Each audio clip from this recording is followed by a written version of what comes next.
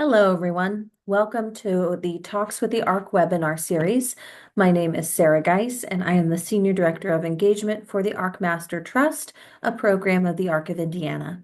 I want to thank you all for watching our webinar series. And as a reminder, all of our webinars are recorded and available on our website to view or share at any time.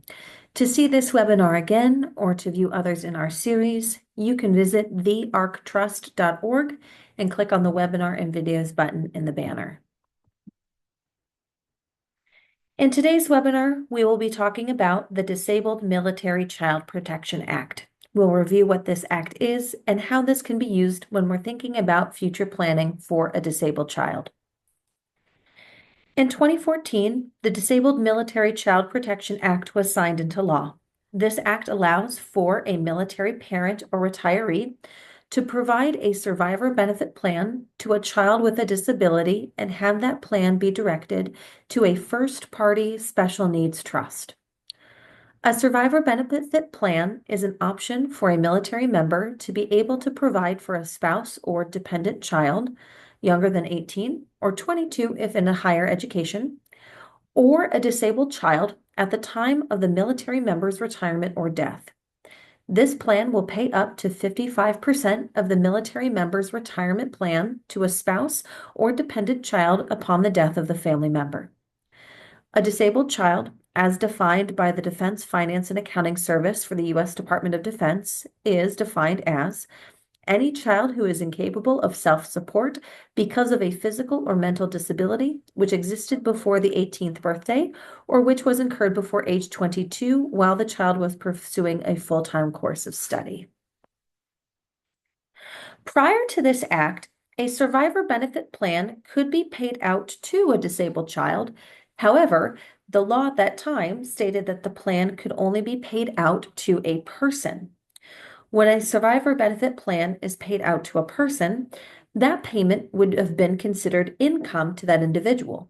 For a disabled child receiving benefits, this is important, especially if the child receives benefits like SSI, Medicaid, or a Medicaid waiver. These benefits have limits on the amount a person can earn each month because the survivor benefit plan, when paid out directly to a disabled child, if the child was receiving benefits like SSI, Medicaid, or the Medicaid waiver, these government agencies would have considered the survivor benefit plan payment as income. If the child was receiving SSI would have reduced that SSI payment dollar for dollar. For example, if someone receives a survivor benefit plan of $500 per month and they receive SSI, their SSI monthly payment amount would be reduced by $500. If the survivor benefit plan is more than the maximum monthly SSI payment, which is $994 in 2026, this could jeopardize the individual's eligibility for SSI benefits. In turn, that could jeopardize the individual's eligibility for other benefits, such as Medicaid and the Medicaid waiver. Let's continue our example by talking about two scenarios. The first, when a survivor benefit plan is paid out directly to a disabled child, and the second, when the survivor benefit plan is directed to a first-party special needs trust. So, in this example, Margaret is a military parent who has a disabled child, John. John receives SSI benefits and a Medicaid waiver in addition to TRICARE. Margaret passes away, and she elected to have John receive a survivor benefit plan. The amount that John receives from this plan is $1,500 per month. Because John is receiving this directly, SSI counts this plan as income, and this could cause John to lose his SSI eligibility because SSI would consider that survivor benefit plan as income and reduce his SSI payment dollar for dollar. If Margaret, through the Disabled Military Child Protection Act, instructs that the survivor benefit plan be paid out to a special needs trust, SSI and Medicaid do not consider that payment as income. This means that John would continue to receive his SSI and Medicaid benefits while still being able to utilize the money from the survivor benefit plan now that it is in that first party special needs trust. The Disabled Military Child Protection Act says that the survivor benefit plan can be directed to a first-party special needs trust for the benefit of a disabled child. The first-party special needs trust can be established in any way that the military parent prefers. This could be done privately through the assistance of an attorney, or the military parent could establish the trust through a nonprofit organization. For more information about the ways special needs trusts can be established, we have other webinars in our series with more information. All first-party special needs trusts are subject to Medicaid estate recovery. This means that when the disabled child passes away, the remaining funds in the trust can be reclaimed by the state Medicaid office where the child receives Medicaid benefits for the amount equal to what the state Medicaid agency has paid for that individual over the course of their lifetime. This means that, depending on how long the disabled child has been receiving Medicaid benefits and the remaining funds in the first-party trust, a majority or the full remaining balance could go back to reimburse the state Medicaid agency.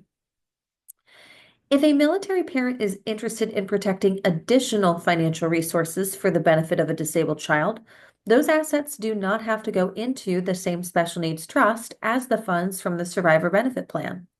A military parent could establish a first-party special needs trust for the benefit of the disabled child, where the survivor benefit will go into, and the military parent could create a separate third-party special needs trust for any other assets the military parent or other family members have.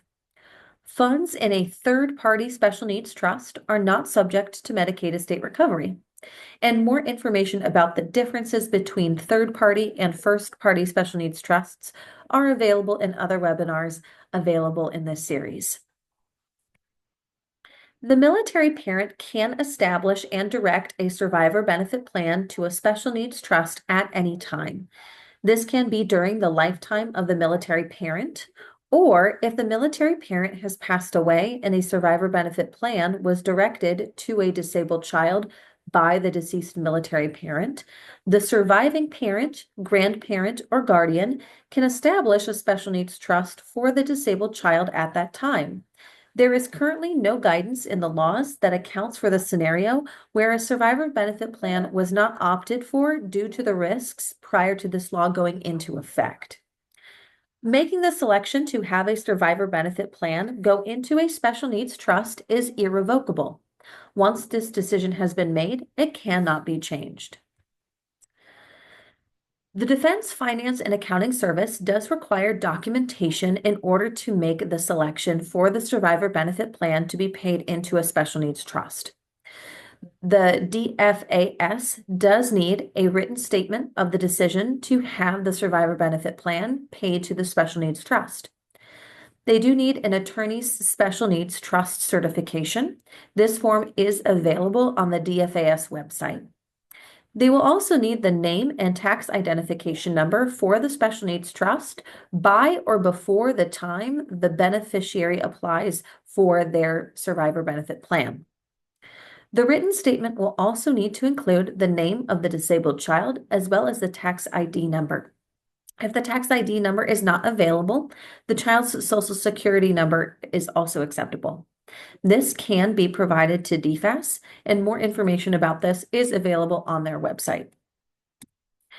Thank you all again for watching, and we hope that you found this informative. If you have questions or would like to learn more, please feel welcome to visit us at our website, email us, or give us a call. You're also welcome to join us on social media to learn more.